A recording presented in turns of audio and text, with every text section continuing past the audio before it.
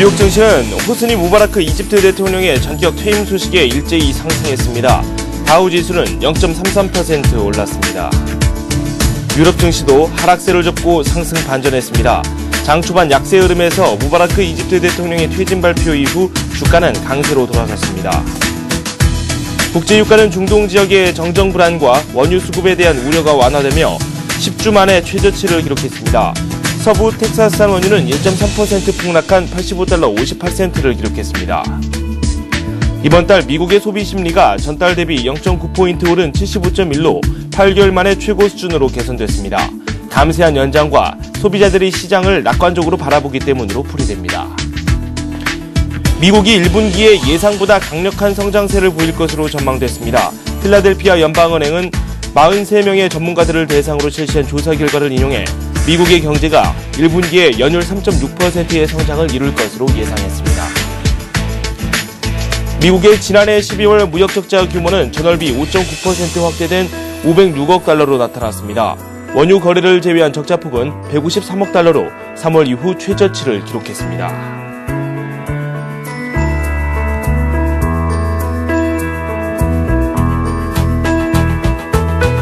여러분 안녕하십니까? 김종성입니다. 일단은 여러 가지 변수가 있었습니다.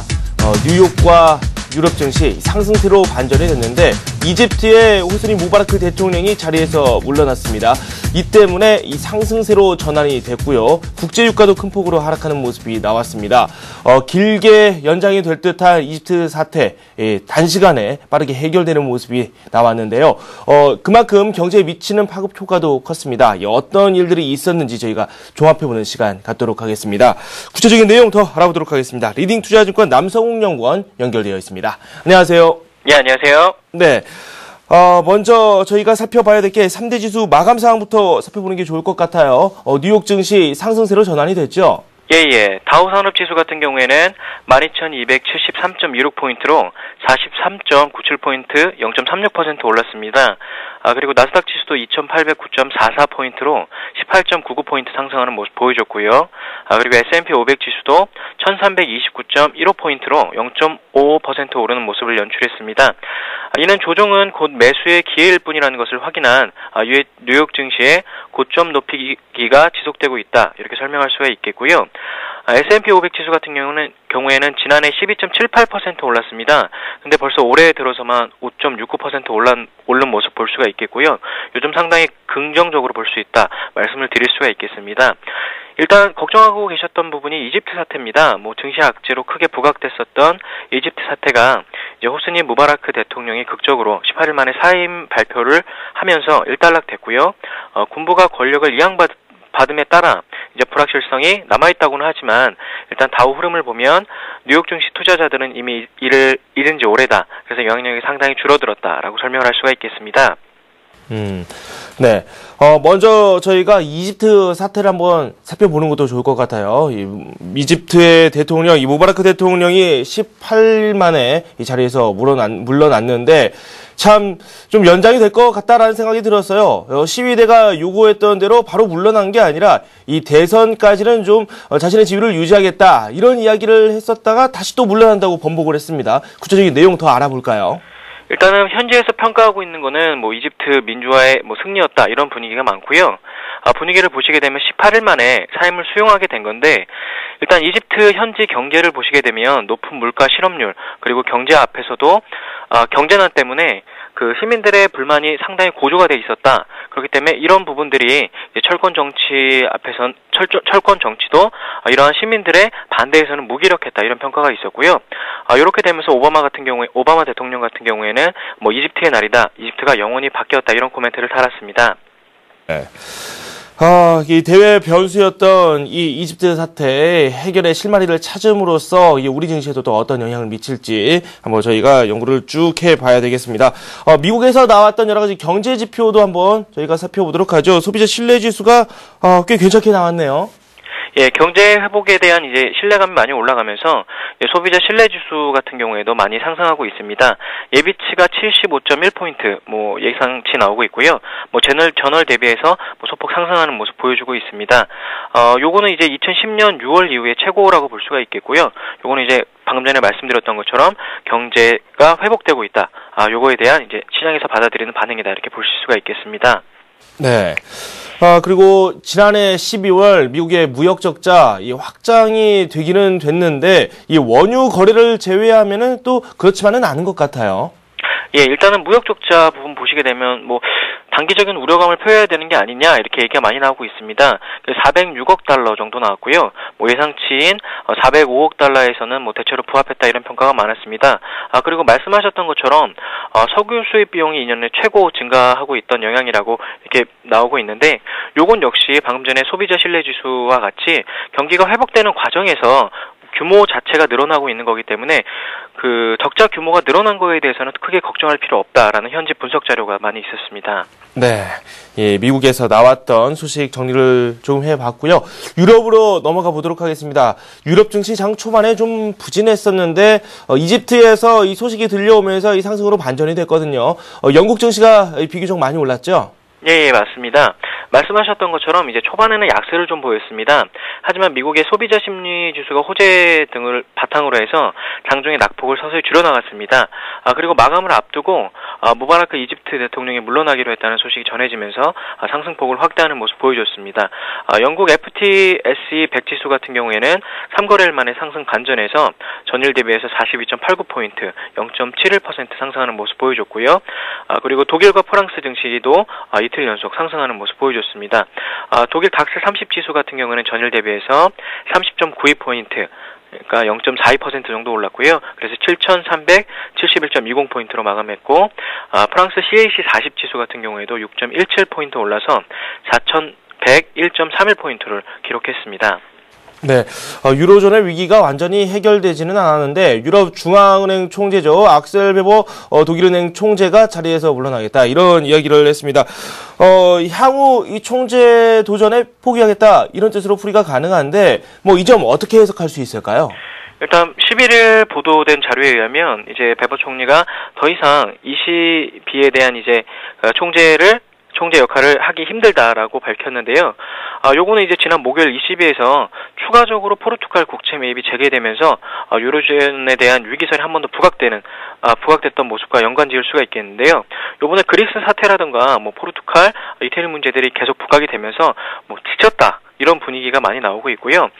계속적으로 독일 같은 국가에서 계속적으로 뭐 그리스나 포르투갈 같은 국가들을 끌고 가고 있는 입장이기 때문에 그거에 대한 이제 피곤함이라고 해석할 수가 있겠고요. 이 부분에 대해서는 좀 더 지켜보면서 이제 유럽 위기 극복에 대한 문제를 좀 짚어가야 되지 않을까 이렇게 분석이 되고 있습니다. 네, 그렇군요. 상품 시장 내용도 좀 살펴보죠. 이 국제 유가가 급락했어요. 1% 넘게 밀렸고 85달러 선으로 내려왔는데요. 주요 상품 시장 소식도 한번 종합해 보죠. 예, 뉴욕 유가는 이제 90달러 초반까지 올랐다가 지난주 85달러대로 주저앉았습니다. 뭐 경제 회복의 기대감이 유지되고 있는 만큼 추가 하락은 제한될 것으로 예상을 하고 있습니다. 뭐 요 부분 같은 경우는 이집트 사태하고 멀리 떨어져서 보실 수는 없을 것 같고요. 브렌트와는 달리 이제 100달러를 돌파하는 데는 이제 실이 약간 걸릴 것이다라고 보실 수가 있겠습니다. 그리고 유가 외에도 이제 최근 들어서 글로벌 자금 흐름이 이제 구조상 이상 기류가 감지되고 있습니다. 지난 3년간 자금이 유입됐던 이제 신흥국의 자금 이탈 조짐과 또 다른 유입처였던 상품 시장에서 농산물로 지금 쏠리고 있는데요. 신흥국 기대 수익률이 기대 수익률이 많이 낮아지게 되면서 유럽이라던가 미국 등지로 이제 자금이 몰려야 되는데 그 중간 과정에서 이제 인플레이션과 관련해서 농산물 상품 시장으로 이제 자금이 쏠리고 있다라는 분석 자료가 많이 나오고 있고요. 올 들어서 가격 상승세가 워낙 빨라서 이제 세계적인 농산물 파동을 겪었던 2008년 초를 능가하는 에그플레이션이 재현되는 것이 아니냐라는 우려가 벌써부터 이제 고개를 들고 있는데요. 이 부분을 보시게 되면 이제 세계 인구는 이제 꾸준히 증가하고 있는 추세입니다. 특히 곡물 같은 경우에는 이제 그 곡물에 절대적으로 의존하고 있는 저개발국이라든가 네. 뭐 선진국의 유기농 농산물에 대한 수요는 기하급수적으로 늘고 있는데요.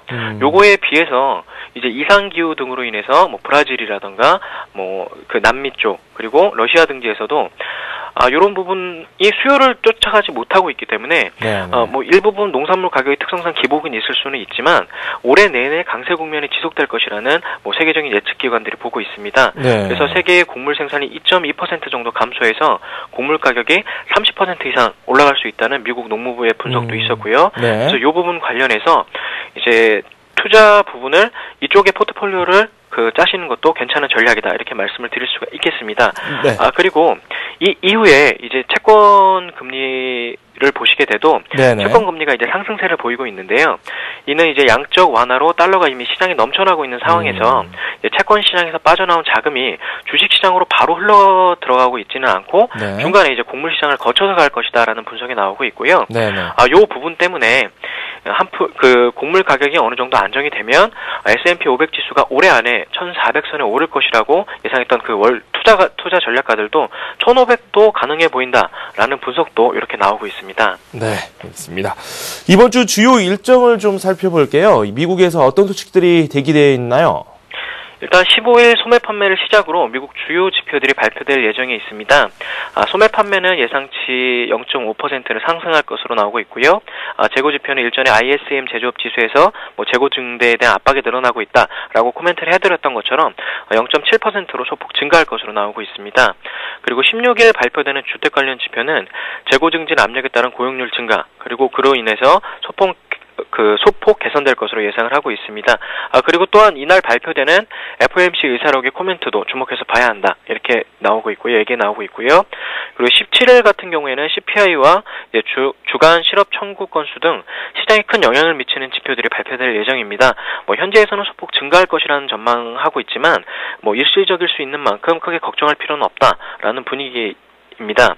그리고 실적 발표 같은 경우는 이제 메리어트 같은 경우에는 4분기 실적 발표가 있을 예정이고 15일 벨, 그리고 16일 날 컴캐스트, CBS, 엔비디아 등이 실적을 발표할 예정입니다. 엔비디아를 제외하고는 대체로 실적이 개선될 것이라는 전망이 많고요. 상승하는 증시에 발목을 잡을 우려는 할 필요는 없다 이런 분석들이 많았습니다. 네.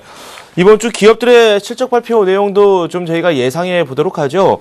전주에 비해서는 그렇게 많은 기업은 아니네요. 네, 그렇게 많지는 않지만 일단은 실적이 일부분 개선되고 있다라는 점은 상당히 긍정적으로 보실 수 있다고 설명드리겠습니다. 네네. 실적이 조금은 개선될 수도 있다. 네, 그렇게 말씀해 주셨고, 좀 관심 있게 봐야 될 부분도 몇 군데 있습니다. 소비 관련 지표도 있고, 전기 업종도 있습니다. 델을 비롯해서 아베크롬비, BMP치 등등 이 많은 기업들이 실적 발표를 또 기다리고 있습니다. 네, 지금까지 리딩투자증권 남성욱 연구원과 함께했습니다. 고맙습니다. 예, 감사합니다.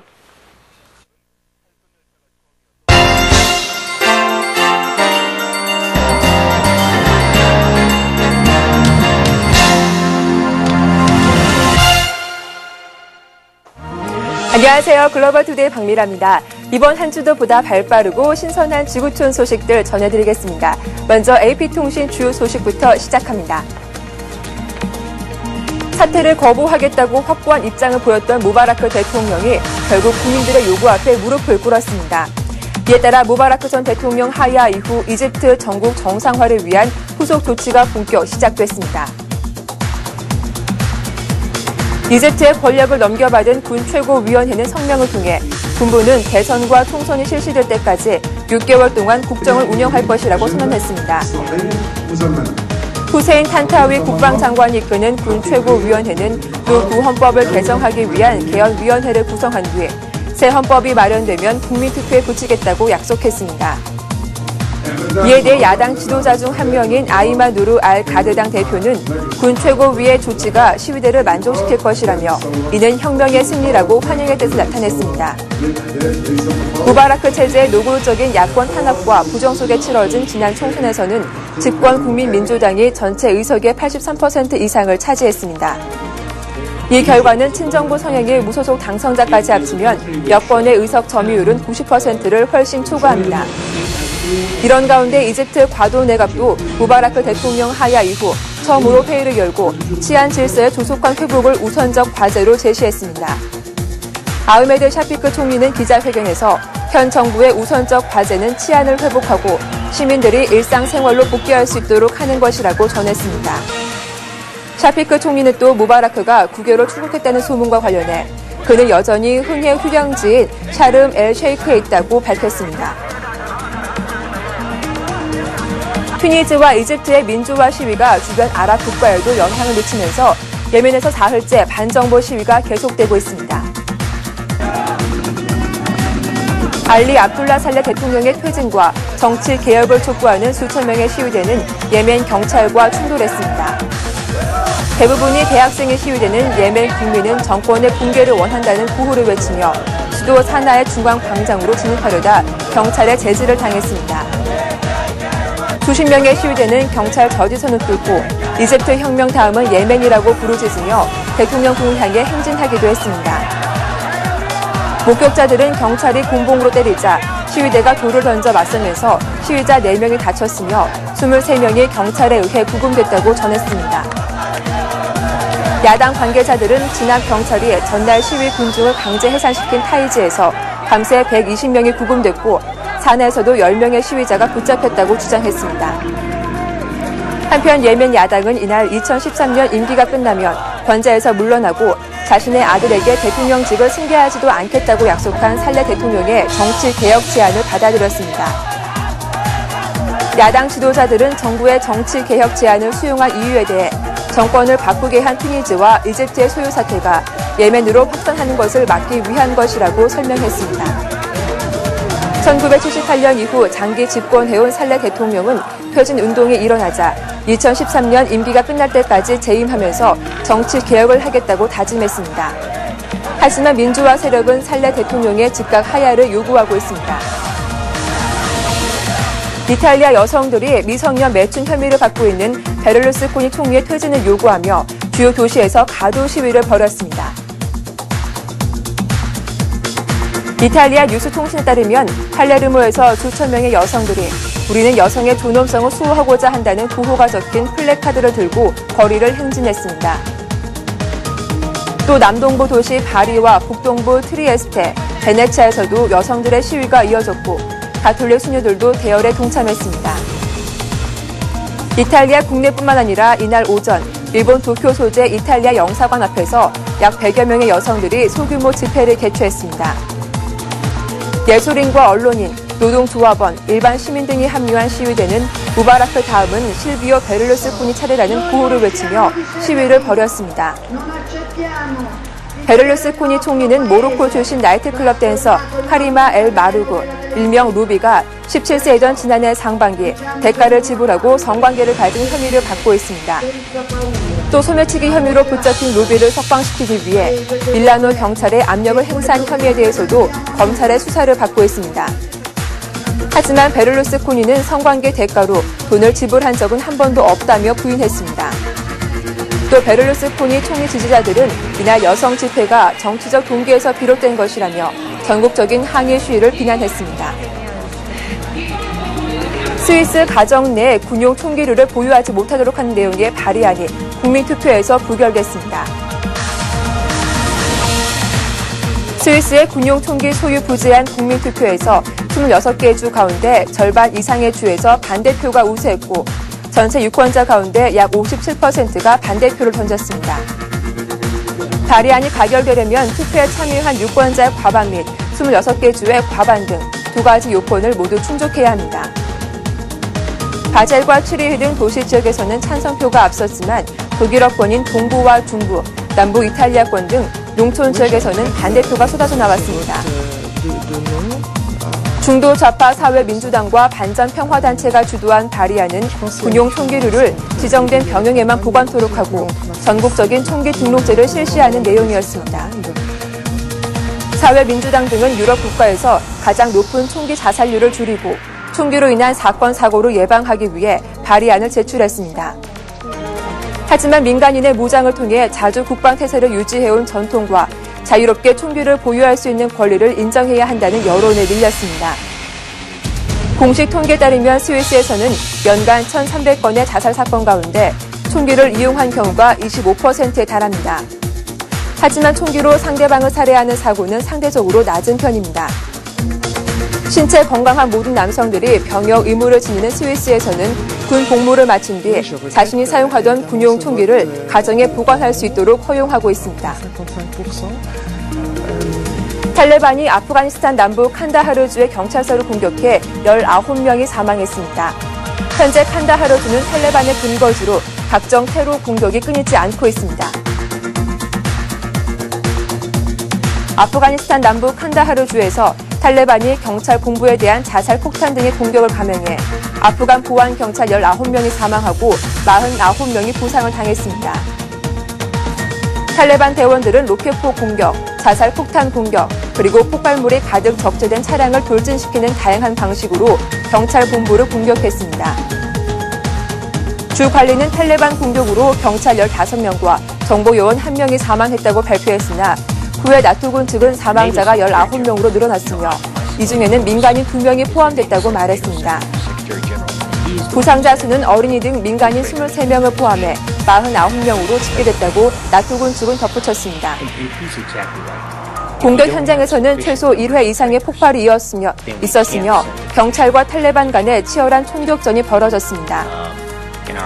탈레반 대변인 카르 유시프 아흐마디는 사건 발생 후 AP통신에 탈레반 대원 3명이 경찰 본부 건물을 공격했다고 밝혔습니다. 또한 칸다하르 시내 곳곳에 소형 무기와 자살 폭탄으로 무장한 전사 6명을 배치했다고 주장했습니다. 나토군과 아프간군은 충돌 현장에 긴급 대응 병력을 파견했습니다. 이번 공격을 받은 경찰 본부는 칸다하르 주지사 집무실과도 가까운 곳입니다. 지난달에는 오토바이 자살 폭탄 테러범의 공격으로 칸다하르주 부지사가 숨지는 사건이 발생했습니다. 지난해 7월부터 쿠바에서 정치범들이 잇따라 석방되고 있습니다. 이 가운데 일부 정치범들이 석방 조치에도 불구하고 몸이 아픈 동료 정치범의 완전한 석방을 요구하며 감옥에 남았습니다. 쿠바 정부는 반역죄 등으로 수감됐던 정치범 액토르 마세다와 에두아르도 디아스를 풀어주기로 결정했습니다. 하지만 마세다는 아내인 라우라 푸얀을 통해 다른 병든 정치범의 석방 등 모든 요구 조건이 받아들여질 때까지 감옥에 남아있겠다는 뜻을 전해왔습니다. 쿠바 정치범들의 가족 모임인 벨기에 여인들의 대표이기도 한 포야는 액토르는 당국이 아픈 정치범을 풀어주기를 원한다며 내가 그의 아내라는 게 그의 태도가 자랑스럽다고 밝혔습니다. 지난주에는 정부로부터 석방 결정을 받은 앙헬 모야와 기도 시글레라 중 모야가 액토르와 같은 이유로 당국의 석방 조치를 거부했습니다. 지난해 7월 쿠바 정부가 스페인 정부 중재하에 풀어주기로 했던 정치범 52명 중 이날까지 실제 석방된 인원은 43명입니다. 액토르와 모야를 포함한 9명은 계속 감옥에 구금되어 있는 상황입니다. 국제사회로부터 최악의 인권 국가라는 비난을 받아온 쿠바는 대대적인 정치범 석방으로 이미지 변화를 시도해왔습니다. 하지만 액토르나 모야같이 정부의 반인권 정책의 본질적 변화를 요구하는 정치범이 늘어나면서 예상치 못한 장애물을 만나게 됐습니다. 최근 아프리카 대륙에서 정치적 혼란이 계속되면서 소요 사태를 피해 외국으로 떠나는 난민들이 늘고 있는 것으로 나타났습니다. 국제이주기구 IOM은 약 8만 2천 명에 달하는 코트디부아르 국민이 지난해 대통령 선거 이후 계속되고 있는 정치적 혼란을 피하려고 고국으로 떠났다고 밝혔습니다. IOM 관계자는 사태가 장기화될수록 코트디부아르를 탈출하는 인구의 규모는 확대될 것이라며 이에 대처할 준비를 해야 한다고 경고했습니다. 이탈리아에는 하루 동안에만 튀니지에서 수백 명의 난민이 보트를 타고 시칠리아 섬으로 몰려들었습니다. 유엔 난민기구는 지난달 16일부터 약 1,600명의 튀니지 난민들이 이탈리아로 유입됐고 이 가운데 절반은 최근 며칠 동안 도착한 것이라고 밝혔습니다. 로베르토 마로니 이탈리아 내무장관은 튀니지 난민 급증 현상에 대한 우려를 표시했습니다. 마로니 내무장관은 이탈리아로 유입된 튀니지 난민 가운데 테러리스트들이 포함됐을 가능성을 제기하며 인도주의적 긴급 상황이 발생할 위험성이 있다고 말했습니다. 또한 이 같은 현상이 유럽의 안보에 악영향을 끼칠 수 있다며 유럽연합 측에 난민의 무분별한 유입에 대한 통제 방안을 강구할 것을 촉구했습니다. 프랑코 프라티니 이탈리아 외무장관 역시 튀니지 난민의 유입이 자국에만 국한될 일이 아니라고 강조했습니다. 프라티니 외무장관은 다음 주에 아흐메드 오우나이스 튀니지 외무장관을 만나 이 문제를 논의할 것이라고 밝혔습니다.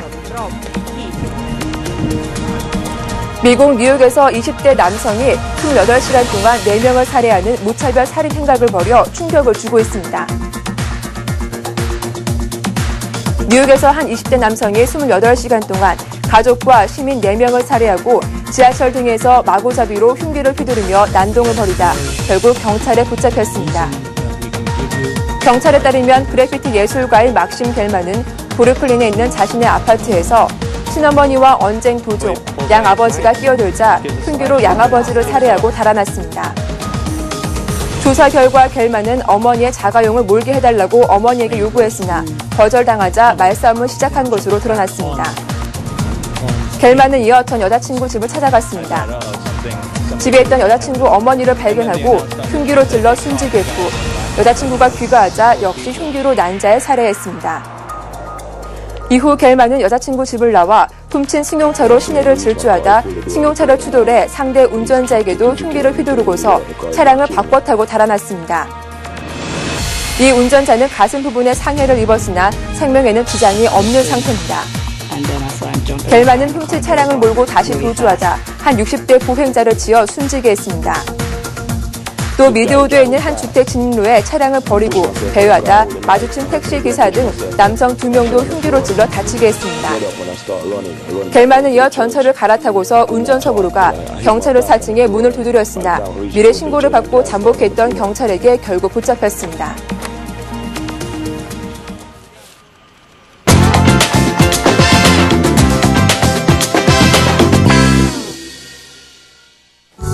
얼짱 거지, 천재 거지 등 다양한 거지 시리즈가 탄생하는 중국에서 이번에는 얼리 어답터 거지가 출연했습니다.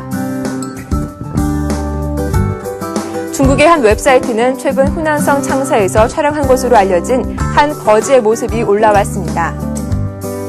이 거지는 비가 내리는 축축한 거리에 엎드려 누운 채 구걸을 하고 있고 그 옆에는 지저분한 플라스틱 케이스와 자젤고리의 한 짐들이 널려 있습니다.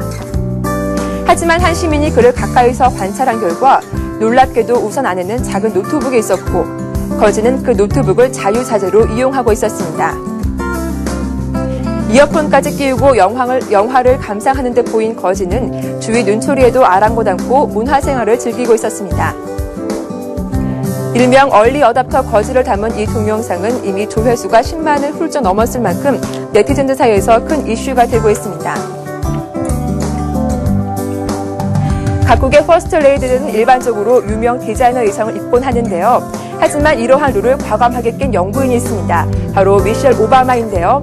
그녀의 패션이 큰 화제를 일으키고 있습니다. 미국의 퍼스트 레이디인 그녀는 미국의 한 방송 프로그램인 투데이쇼에 출연했습니다. 미국 국민은 물론 전 세계인이 보는 유명 방송 프로그램에 나온 건데요. 미셸이 입은 원피스 가격이 화제가 되고 있습니다. 바로 $35, 약 4만 원에 판매되는 중저가 제품이기 때문입니다. 미셸은 이른바 패스트 패션 브랜드로 불리는 H&M의 드레스를 입었습니다. 그녀는 원래 원피스에 부착되는 붉은 띠 대신 자신이 직접 고른 것으로 보이는 붉은 벨트를 메고 노란색 하이힐을 신고 방송에 나왔습니다. 퍼스트 레이디의 검소한 패션 취향이 공개된 것은 이번이 처음이 아닌데요. 과거에도 $10에 판매되는 셔츠를 입고 대중 앞에 서기도 한 바 있습니다. 미셸 오바마의 패션 감각은 누리꾼 사이에서도 화제를 낳고 있습니다. 대부분의 누리꾼들은 퍼스트 레이디의 취향 및 감각에 대해 긍정적으로 생각하는 분위기인데요. 기존의 틀을 깬 그녀의 선택에 대해 세련되고 멋지다고 응답했습니다. 삭발머리를 고수하는 분들이라면 반가워할 소식입니다. 20초 만에 머리를 깔끔하게 밀어주는 삭발 헬멧이 등장해 눈길을 끌고 있습니다. 미국 뉴욕에 살고 있는 개발자 보리스는 삭발 헬멧을 직접 만들었습니다. 삭발 헬멧을 실험 작동한 영상도 동영상 사이트 유튜브 등에 공개돼 눈길을 끌고 있는데요. 영상에서 보리스는 친구에게 삭발 헬멧을 씌우고 이 기계를 작동시켰습니다. 2개의 모터와 4개의 칼날이 장착된 이 헬멧은 20여 초 만에 면도 크림을 바른 후 머리를 깨끗하게 밀어줬습니다. 헬멧에 장착된 LED 불빛은 삭발이 끝났는지를 표시해주기도 합니다. 이 실험에 응한 그의 친구는 착용감이 어떤지 묻는 질문에 기분이 이상하다고 답했습니다. 시간이 얼마 지나지 않아 헬멧을 벗어보니 뒷머리에 면도 크림이 남아있었는데요. 수건으로 남은 크림을 닦아내니 깔끔하게 삭발된 머리가 드러났습니다.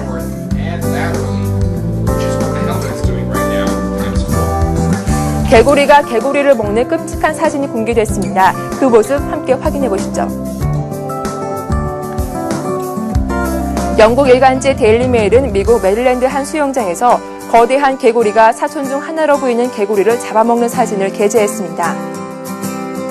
테드와 카렌 베이컨 부부는 집안 수영장을 청소하다가 자신의 종족을 잡아먹는 개구리를 발견했습니다.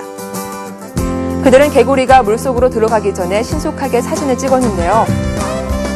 부인인 카렌은 남편의 비명 소리를 듣고 카메라를 가져왔지만 믿을 수 없었다며 어떻게 같은 종족을 잡아먹을 수 있을까 하며 신기했다고 말했습니다.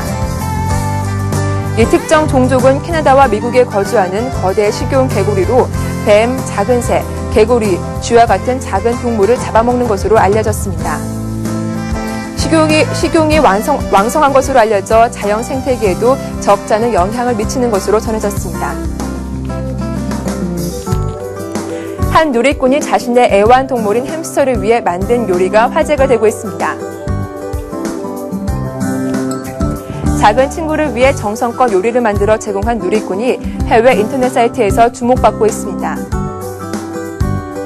작은 친구의 정체는 햄스터이며 요리는 바로 파스타인데요.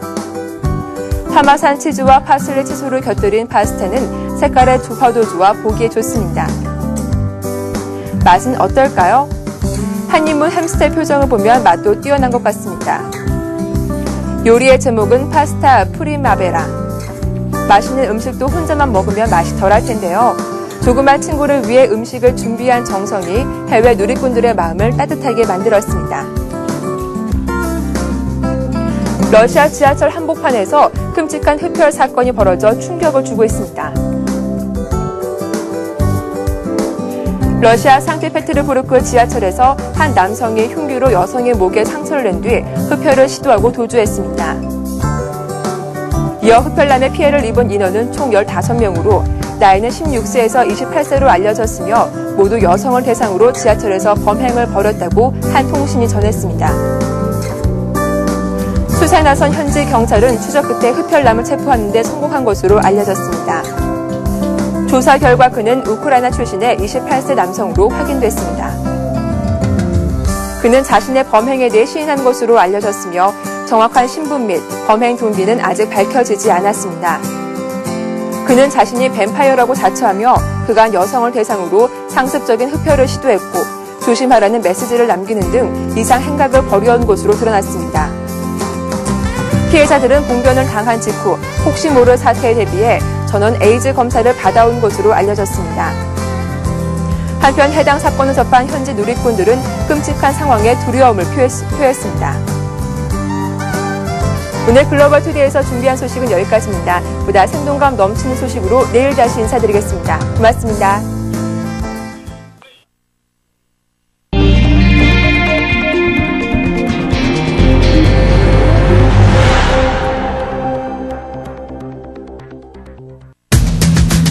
스페인 바르셀로나에서 세계 최대 이동통신 전시회 모바일 월드 콩그레스 2011이 개막됩니다. 삼성과 LG 등 국내외 굴지업체들이 속속 전략 제품을 내놓고 있습니다. 공정위의 대형 유통업체 판매 수수료 공개 방침에 대해 업계가 영업기밀이라고 반발하자 공정위는 수위가 업태별, 상품군별 범위이기 때문에 영업기밀이 아니라고 반박했습니다. 금감원은 부동산 PF 부실채권 정리 가이드라인에 따라 국내 은행들이 보유하고 있는 부동산 PF 관련 부실채권 6조 4천억 원 중 3조 6천억 원을 올 한해 정리하겠다고 밝혔습니다. 정부가 올해 말 끝날 예정이던 신용카드 소득공제를 연장하는 쪽으로 가닥을 잡은 것으로 알려졌습니다. 공제율을 현행 25% 수준으로 유지하는 방안이 유력해 보입니다. 한화그룹이 주요 계열사 대표이사 10명에 대한 인사를 단행했습니다. 금융계열사 대표들을 대거 교체, 금융 네트워크의 시너지 효과 증대에 나섰다는 평가입니다.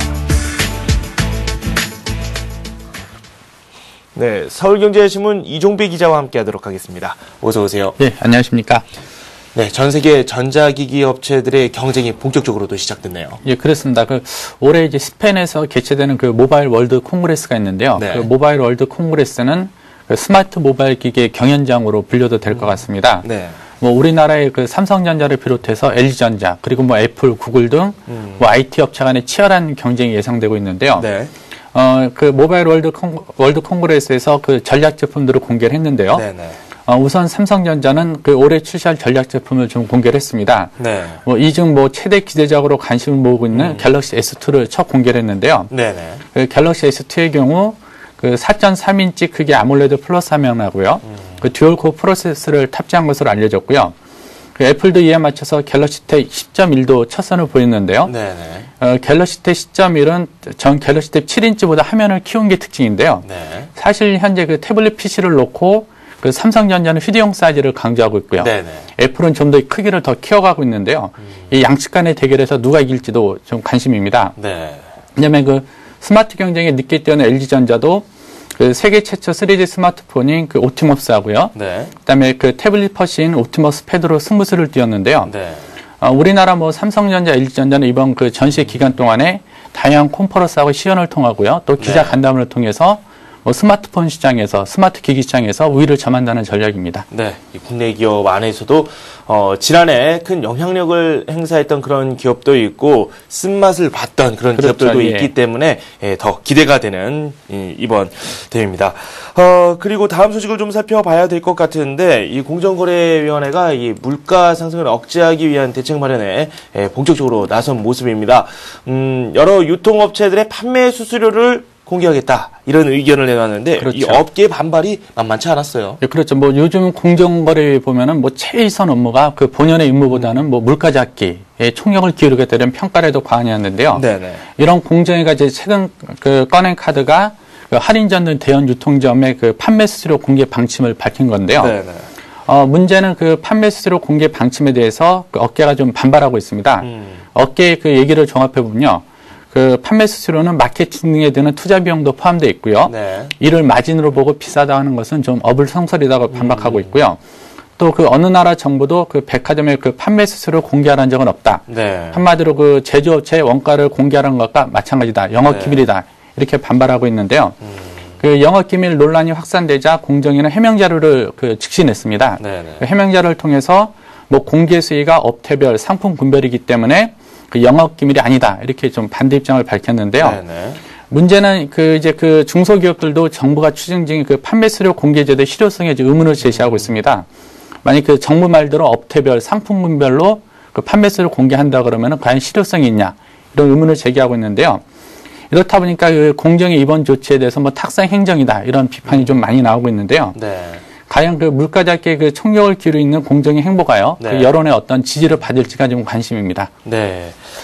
유통업계 입장에서는 정말 죽을 맛일 것 같은데. 그렇죠. 네. 그렇죠. 소비자 입장에서는 또 선택의 폭이 넓어질 수 있는 이 가격적인 그런 혜택을 볼 수 있는 네. 그런 계기로 이어질 수 있다는 점에서 조금 환영받을 만한 그런 내용이 아닐까라는 생각이 듭니다. 아무쪼록 좀 이 과정에서 잡음이 그렇게 크게 일어나지는 않았으면 하는 바람입니다. 다음 소식 살펴보도록 하겠습니다. 부동산 프로젝트 파이낸싱 관련 소식인데요. 이 국내 은행권이 보유 중인 이 부실채권 중에서 한 60%가량을 올 한해 처분을 하겠다 이런 의견이 또 나왔어요. 네, 그렇습니다. 사실 시청자 여러분도 잘 아시겠지만 부동산 프로젝트 파이낸싱이 금융권의 내관으로 작용하고 있다는 사실은 새삼스러운 일은 아닌데요. 네네네. 얼마 전에는 긴급 자금을 조성을 해서 저축은행을 지원하기도 하지 않았습니까?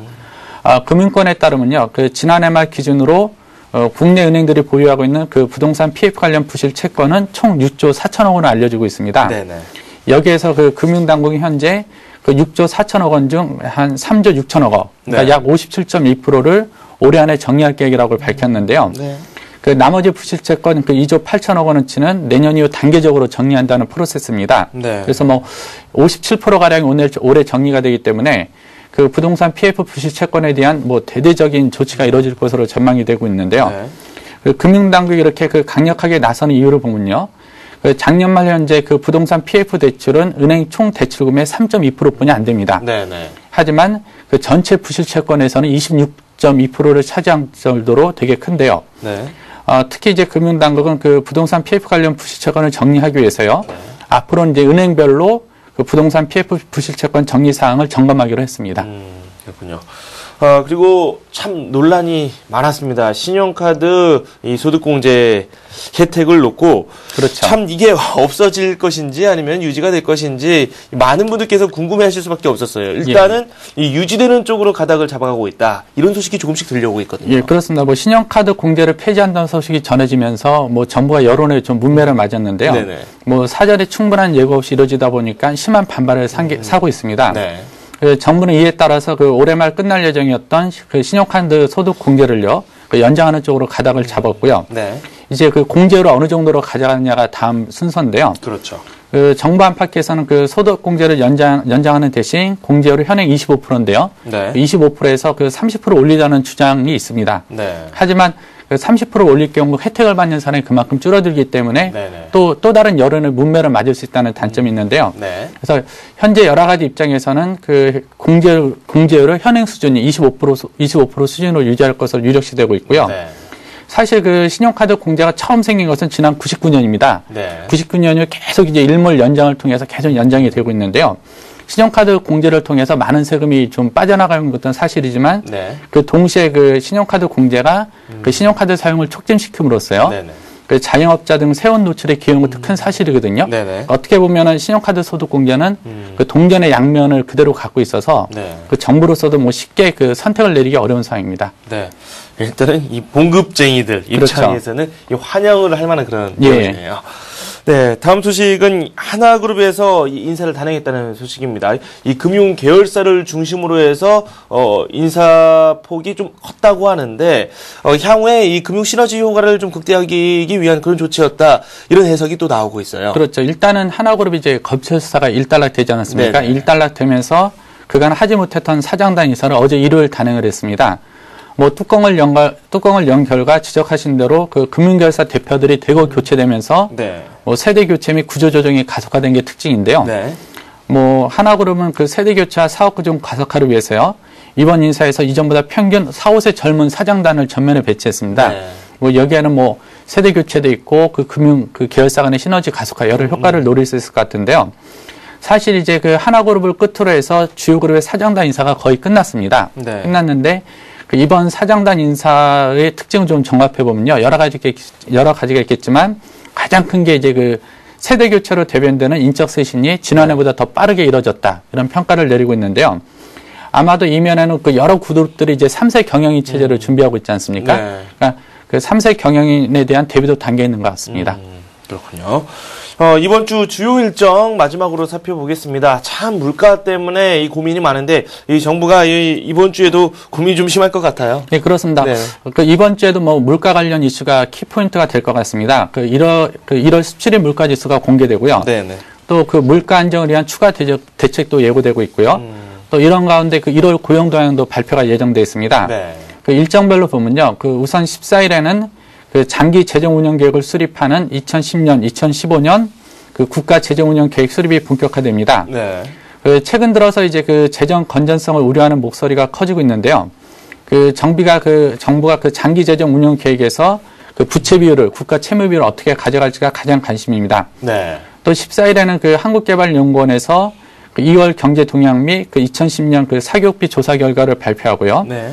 또 한국은행에서 그 2010년 그 4분기 무역 및 교육 조건 지수도 공개합니다. 네. 또 15일에는 그 한국은행에서 1월 수출입 물가 지수를 발표하는데요. 그 수출입 물가 지수의 경우 그 향후 물가 향방의 주요한 지표가 될 것으로 보입니다. 네. 지난해 그 12월 수입 물가의 경우 그 국제 원자재 가격이 상승하면서요. 네. 그 전년 동월 대비 12.7%나 상승을 했는데요. 그 올해도 뭐 1월 이번 물가에서도 이런 상승세가 계속됐을 거로 전망되고 있습니다. 네.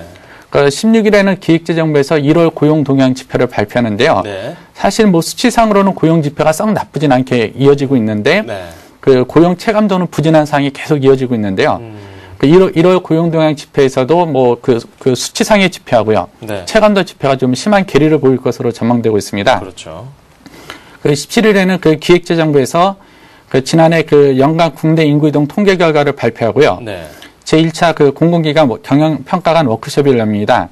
그 18일에는 그 정부가 그 물가 안정 대책회의를 개최하는데요. 네. 특히 그 정부가 요즘 그 석유값하고 통신비에 대해서 집중 포화를 하고 있지 않습니까? 네. 그렇다 보니까 그 이번 그 대책회의에서 그 석유 제품하고요, 통신비 인하를 위한 뭐 추가 대책이 나올 것으로 전망되고 있고요. 네.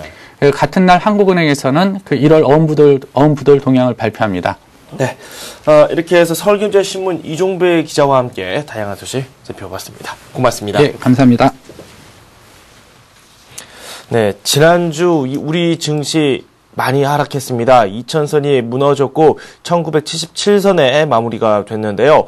의미 있는 반등이 나올 수 있을지 이번 주 초에 집중이 되고 있습니다. 이 외국인들이 매도세를 점차 늘려나가고 있습니다. 지난 금요일에도 6천억 원 넘게 매도를 하면서 시장에 큰 부담을 안겨줬는데 오늘은 또 어떤 모습을 보여줄까요? 출발센 증시에서 상황 살펴보고 이에 맞는 전략 또 짜보도록 하겠습니다. 저는 출발센 증시에서 다시 찾아뵙겠습니다.